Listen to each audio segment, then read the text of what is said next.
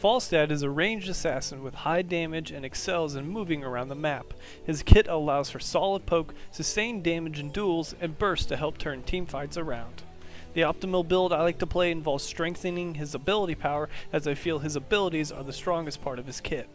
For level 1, we want to take Power Throw. The increased range allows for significant poke later on in the game when other talents are taken. For level 4, Gathering Power is the best pick. We're looking to increase Falstad's ability power, and this talent does just that. Falstad also stays relatively safe in fights, so he's less likely to lose those stats.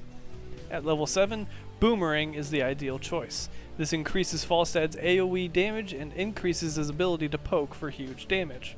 For the heroic, Hinterland Blast is always the best choice. The long-range, large damage nuke can eliminate low enemies from the fight and gives Falstad the necessary damage in teamfights.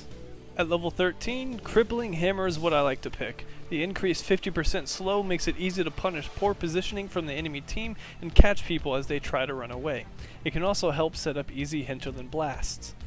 At level 16, Overdrive is the best choice. It gives Falstad an insane amount of burst damage while under effect, and even stacks with Hinterland Blast to increase the damage by up to 200. For the final talent, Call of the Wild Hammer is usually the better pick. With all of the other ability power affecting talents, Hinterland Blast will start to deal absurd amounts of damage and pop squishy enemies. For more in-depth discussion of the talents, check out the written guide linked in the description. For this particular game we're going to be looking at here, it shows how Falstad's kit can be used to the fullest to secure a victory. In the early parts of the game, it's important to use Falstad's hammering to poke down targets and use Lightning Rod in conjuncture to pressure enemies out of lane or use a well. One thing to take note of is that it's okay to take losing trades against the enemy, because you can always hearth back to base, refill up on health and mana, and fly back into lane. As the tribute spawns down by us, I realize we're not going to have the manpower in order to take it, so I use this opportunity to hearth back to base. This gives us an extreme advantage over the enemy, as they weren't allowed to go back to the base and heal up.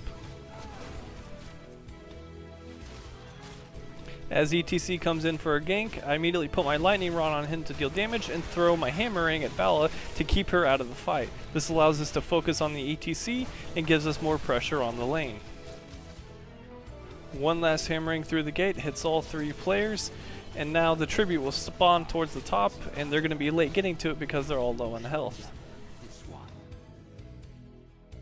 Now because Falstad can fly, I stay for just one extra wave, push the wave up towards the towers, and then fly up. I happen to land right on top of Vala, force her to use her Vault, which means she has no mana for the fight, and posture myself for the beginning of this tribute fight.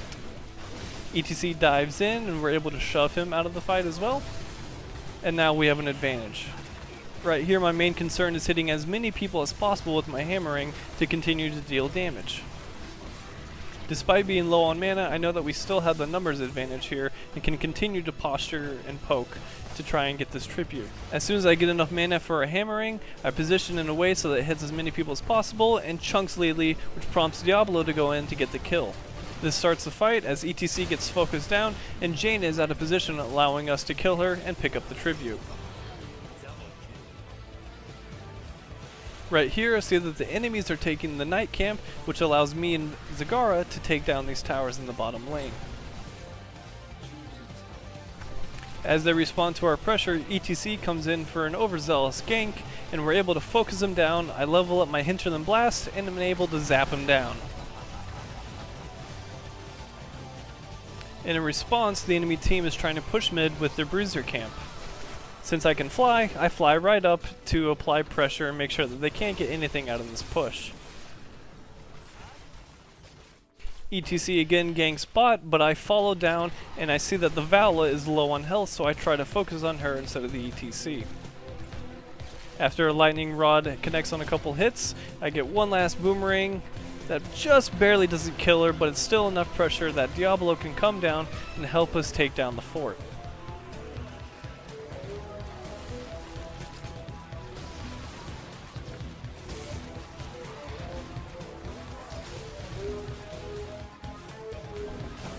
After the fort is destroyed, I see that there are 3 people down in the bottom lane, so I can fly towards the middle where Rhaegar has been pushing, and we're able to pick up a turret right here.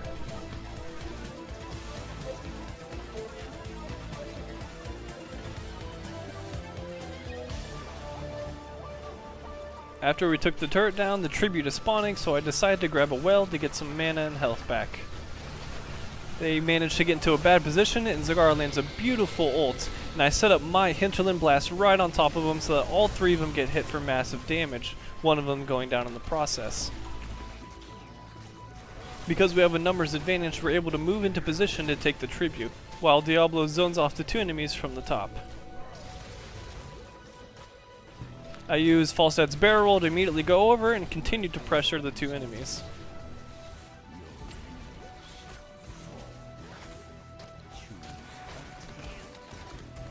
Right here is where I make my first mistake and use Falstad's barrel roll way too aggressively, and I get punished for it by the ETC ultimate. It's important to use barrel roll aggressively when you only have absolute clarity that you won't die when you go in. Try to save it mainly for escaping teamfights.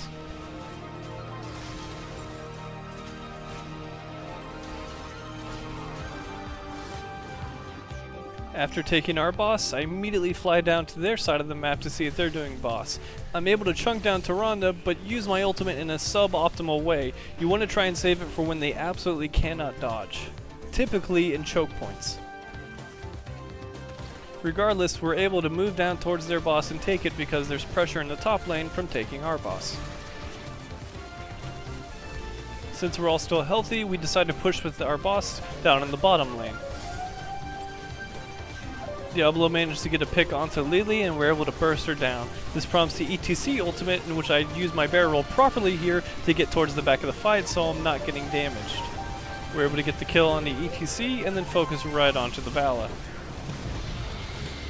Despite getting 3 kills and having a boss still at half health, I don't think we have the health and mana that we can actually take the core down, so I fly right in the mid lane to help take care of this wave and also respond to the tribute spawning.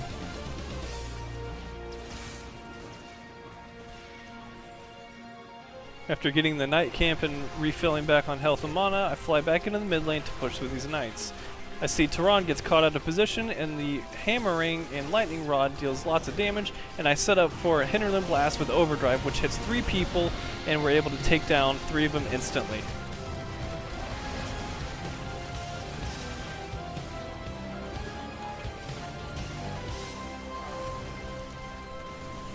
I see Jaina is posturing between the keep and the tower, so the hammering is easy to hit, and the slow is so severe that she's unable to get away. I felt like this was a perfect match to show how Falstad's great ability to poke enemies down, pressure lanes, and respond to enemy pressure and take advantage of poor enemy position to take objectives. With the help of some critical Hinterland blasts, we were able to win the game. I hope this guide can help you out, as Falstad is one of my favorite heroes and is very underrated. If you want to see more, subscribe for more Heroes of the Storm content.